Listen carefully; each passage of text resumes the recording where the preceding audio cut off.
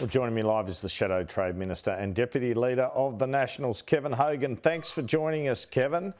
Let's start with this attack on the Synagogue in Melbourne. Your Shadow Attorney General Julian Leeser said yesterday that he and Susan Lee had written to the Prime Minister 3 weeks ago to do more to protect the Jewish community. What sparked that call? What's the opposition after here, and is the government doing enough?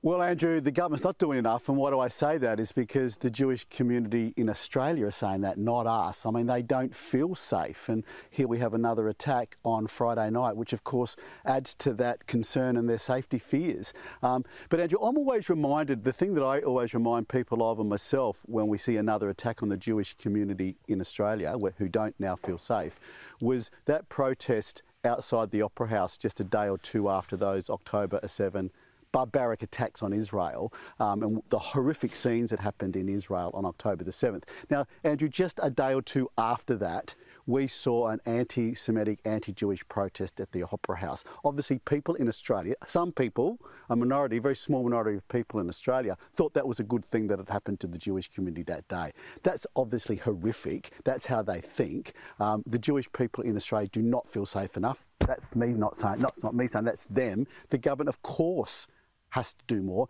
and has to talk to them more and implement some of the things that they want done because they don't feel safe in our own country. What specifically would you like? And police aren't calling it a terrorist attack yet. What do you make of that? Well, you know, we can play with the language, but look, we know that that attack on Friday night was on the Jewish community, and we're seeing ongoing attacks on the Jewish community. I have Jewish friends who now say we almost have to hide the fact they're Jewish in certain environments because they feel unsafe. It's obviously what the government is doing is not enough. So what I'd encourage the Prime Minister to do is talk more to the Jewish community. They have their thoughts and ideas about what they would like to see so they feel physically safe in their own country. So I encourage more action. A little, you know, sure, we can talk. We all express outrage on what happened Friday night, and I commend all leaders for doing that. But we need more action because the Jewish community are telling us they want more action. Let's move on to this tariff situation with Donald Trump, Kevin Hogan. The Prime Minister indicated on Friday at our Sky News event he didn't expect a change in tariffs next week when Donald Trump hands down his July 8-9 adjudication. Is that your expectation? Well, I think he's waving a white flag, Andrew, and I don't know why he'd be saying that before the announcement. We have seen carve-outs for some countries. We know the UK have had a bit of a carve-out on the steel and aluminium tariffs. Remember, steel and aluminium tariffs have gone up to 50%. They're not at 10%. Countries have got carve-outs to that. We've seen carve-outs. Mexico have got a few carve-outs. Canada have got a few carve-outs from what tariffs they initially had as well. So there are countries dealing and talking to the US president, but not ours. I mean, our Prime Minister, it is embarrassing, Andrew, that our Prime Minister has not been able to secure a physical meeting. I think initially it wasn't a priority of his. Now he seems to be struggling to get one. Given the importance of that country, not just on the economic relationship we have, but the national security relationship, we know the US are doing a review into AUKUS as well. And the fact our two leaders haven't had a chat and Albanese hasn't been able to secure that is absolutely embarrassing and in fact a concern, as it should be to all Australians. The PM says Kevin Rudd's not a problem with that. What do you think? Well, you know, I hope not, but, you know, we saw reports out of the US earlier this week from some commentators saying that he is a problem. I mean, we've seen, you know, he deleted a whole lot of stuff from his ex account, from his Twitter account, because of derogatory things he'd said about the US president in the past. They obviously weren't professional commentary on a US president that you should be doing publicly, but, you know, there's work to do, and obviously they're not getting the results they want, or we want them to get. But, mate, it's concerning. It's concerning when we can't get a leader-to-leader meeting, obviously. What's your view of the China trip the PM's undertaking at the end of the week? Should Anthony Albanese be going to meet President Xi before meeting Donald Trump? Well, look, of course I would have liked the Prime Minister to have met the President earlier. He should have done that months and months ago. So of course that should have happened, and he should have made it a priority, and he should have insisted and made sure that meeting happened. The fact that he is going to see Xi, I think, is a good thing. I mean, obviously China are an important trading partner for us. The fact that's happening is important. We have issues with China. We have, things that we need to talk about their leadership with as well. And so he should be having that meeting, but it's still embarrassing and not okay on so many levels that he hasn't been able to secure a meeting with the US President. Well, the Prime Minister has had phone calls with the President, and the President he indicated to the President that he was welcome to visit Australia. Do you think the President should visit Australia? Well, look, I'm glad the Prime Minister invited him, and of course he should, and I hope he does. A number of US presidents have visited Australia. But, Andrew, I think we need to be very clear here. And, we've been saying this is the opposition for many months now. Unfortunately, Albanese himself has said things about Trump in the past that haven't been helpful or professional. But look, it's important. They are an important national security partner. I think AUKUS will outlive the Trump presidency. I think it will outlive Albanese's presidency and indeed Keir Starmer's prime ministership as well in the UK. But the fact that he has not been able to secure a meeting is not okay. They need to review why not, including, you've mentioned Kevin Rudd. But look, they need to have a meeting from national security and economic reasons.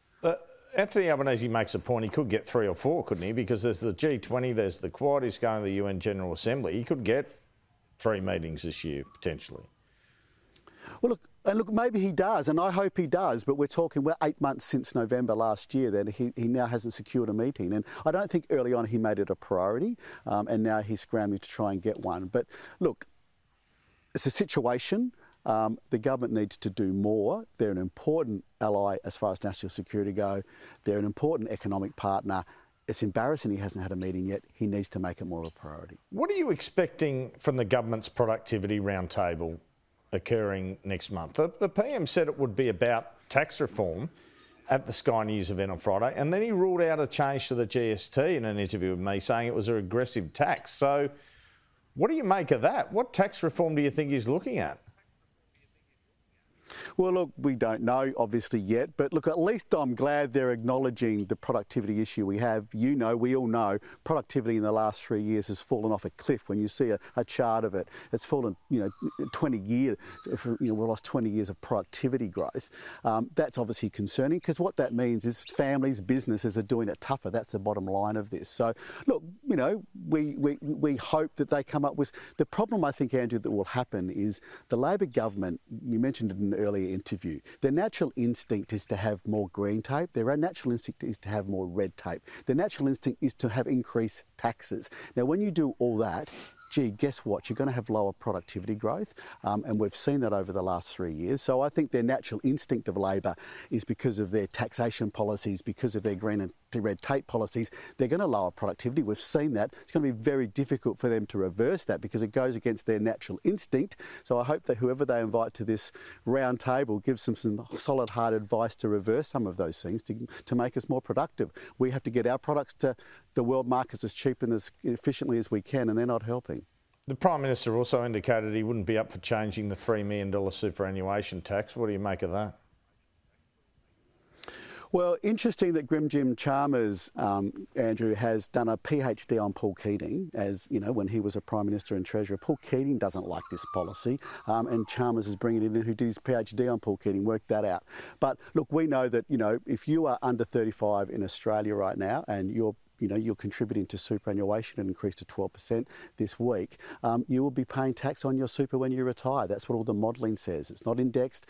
Obviously, because of inflation, a lot of Australians are going to be paying a lot more tax on their superannuation because of this policy. I think it undermines the system. But again, Andrew, we have deficits for as big as the eye can see for the next 10 years. Labor and the Greens, who are in an alliance in the Senate to get things through, are going to be coming after all of our money and more of our money because of the deficits, because of the increased spending they have. And indications from the PM that he does believe there are too many children on the NDIS. What's your reaction to that? Well, look, we obviously are into sustainability as well, and you know, you would think by listening to Labor we never helped at all in the last Parliament, but we worked with them on two bills, the Aged Care Bill and the NDIS Bill, to make them more sustainable. So, look, we understand where they're coming from with this. We want the NDIS to be sustainable for the many people who need to be on that. So, look, we'll look at what they bring to the Parliament. We'll look to support them if we can, but we obviously want the NDIS to be sustainable. It's a very important program. you'd go the reform route with them again to try to get the numbers down off that scheme? Well, we'd go the reform route as we did in the last Parliament to make it more sustainable. It's an important program for a lot of Australians. It has to be sustainable. On net zero, when will the opposition make a decision on its stance on this policy, and what's your personal position? Are you personally in favour of a net zero target by 2050? Well, Andrew, we haven't got a timeline on it, but we are reviewing it. And I'm really happy we're reviewing it. I supported net zero 3 or 4 years ago when we last had a serious discussion on it in our party room. But I'm glad we're reviewing it. I mean, it's been 3 or 4 years since we've had a good look at it. I want to see, before I make my opinion, new modelling on it, you know, the net benefits to Australia, the net cost of this to regional people as well. There's a real difference in regional Australia, I think, on this policy than there are in the cities, because the renewables only policy that Labor's rolling out is causing great distress in regional communities and divisiveness in regional communities, because we need 60 million solar panels in Australia, Andrew, with Labor's policy, all of them in regional Australia. We need 17,000 wind turbines, all in regional Australia. It's causing big issues out here, loss of agricultural land, you know, the destruction of habitat when we have to build new poles and wires. So I'm going into the review with an open mind, but I want to see updated data, the costs of this, because this is a real cost, especially in regional Australia.